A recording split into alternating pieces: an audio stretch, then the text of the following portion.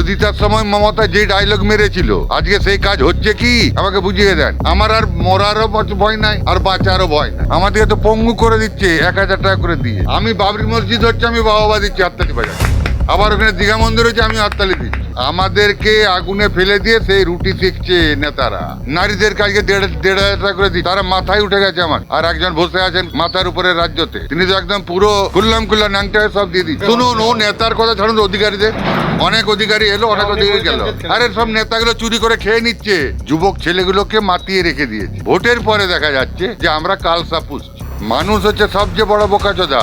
আর মুখ খারাপ করাবেন না আমাকে স্যার, আমি জোড়াত করে বলছি। আমরা দেখতে পাচ্ছি বর্তমানে যে সরকার রয়েছে রাজ্যে, হ্যাঁ, একের পর এক ভাতা চালু করছে। তো এইটা তো সবচেয়ে বেশি মানে মানুষকে অকর্মণ্য করে দিচ্ছে। চাইবার দিকে তাকিয়ে বসে আছে, কখন দেবে এই আশায় সব বসে আছে, বুঝতে পারছেন? এরকম দিয়ে কোনোদিন কাউকে উঁচু করা যায় না। কর্মস্থান দেখতে হবে, কর্মক্ষমতা কই? আমাদেরকে তো পঙ্গু করে দিচ্ছে 1000 টাকা করে দিয়ে। আমরা দেখছি বেশ কিছুদিন আগে আরো একটি যে প্রকল্পটা লম্বা লাইন আমরা দেখতে পাচ্ছি বিভিন্ন ব্লকে ব্লকে।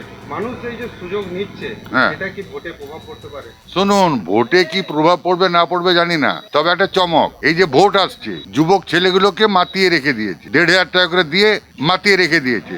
আরে বাবা, ওই টাকাগুলো দিয়ে অন্য কোথাও চাকরি দিক। এই যে আপনি যেটা বলছেন, এতে কি মানুষের হুঁশ ফিরবে মনে হয়? কখনোই না। আমরা হচ্ছি সবচেয়ে বড় বোকাচোদা, মানুষ হচ্ছে সবচেয়ে বড় বোকাচোদা। এদেরকে টুপি পরানোর জন্য উপরে সরকাররা বসে আছে, দিলেই কি হয়ে গেল? উন্নয়নের কোনো ব্যাপার নাই, এটা উন্নয়ন। নারীদের কাজকে 1,500 টাকা করে দিচ্ছে, তারা মাথায় উঠে গেছে আমাদের, বুঝতে পারছেন? ঘরের কোনো কাজ করতে চায় না।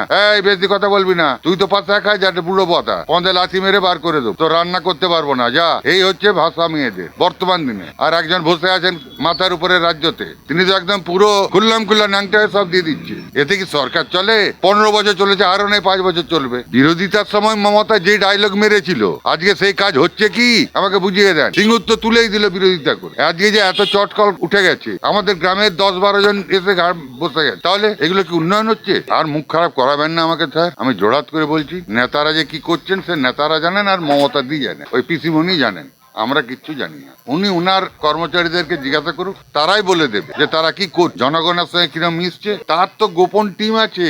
আমরা ভেবেছিলাম যে পিসিমণি বিরোধিতার সময় যা ঝাপাঝাপি করেছিল, আমরা ভেবেছিলাম দারুণ উন্নতি হবে, কিন্তু ভোটের পরে দেখা যাচ্ছে যে আমরা কালসাপ পুষছি। আমরা কালসাপ নিজেরা ডেকে ঘরকে নিয়ে এসেছি। রাজ্য সরকার তো বারবার অভিযোগ করছে, ওইগুলো হচ্ছে নাটক করা, আর কিচ্ছু নয়। দ্যাটস নাটক। 100 দিনের কাজের টাকা আটকে দূর টাকার আটকে। আরে সব নেতাগুলো চুরি করে খেয়ে নিচ্ছে।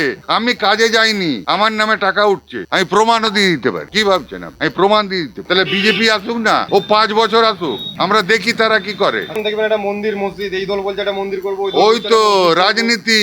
আমাদেরকে আগুনে ফেলে দিয়ে সেই রুটি শিখছে নেতারা। মানে এই যে মন্দির মসজিদের রাজনীতিটা, এটা বিপক্ষে আমি কোনোটারই পক্ষেও নই আর বিপক্ষেও নই। আমি বাবরি মসজিদ হচ্ছে আমি বাবা দিচ্ছি, হাততালি বাজাচ্ছি।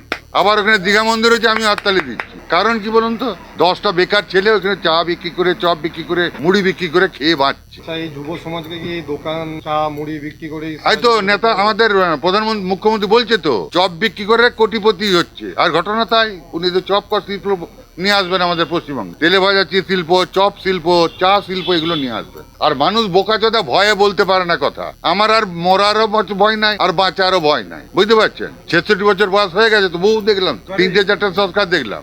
শুভেন্দু অধিকারী তো বলছে এলে 3000 টাকা। শুনুন, ও নেতার কথা ছাড়ুন, অধিকারীদের অনেক অধিকারী এলো, অনেক অধিকারী গেল। 3000 টাকা দেওয়া হবে বিজেপি ক্ষমতায়। ও বাবা, এলে তুই আগে দে তোর ঘরের সম্পত্তি থেকে, এরকম কোন প্রতিশ্রুতি আছে? পুরো যুব সমাজকে বা গোটা সমাজকে ভাতা জড়িয়ে দিয়েছে, একদম ভাতার জালে জড়িয়ে দিয়েছে, যাতে মানুষ আর কোশ্চেন না করতে পারে বা চাকরি টাকরির আশায় না ঘুরে বেড়ায়। আচ্ছা, এই যুব সাথী যখন যে প্রকল্পটা দিচ্ছে, এই টাকা শুনুন, বামপন্থ সরকারও ছিল, তারা বেকার ভাতা দিয়েছে। কদিন দিয়েছিল কেউ বলতে পারবে? কদিন দিয়েছিল? 2-2.5 বছর চলার পরে বন্ধ হয়ে গেছে।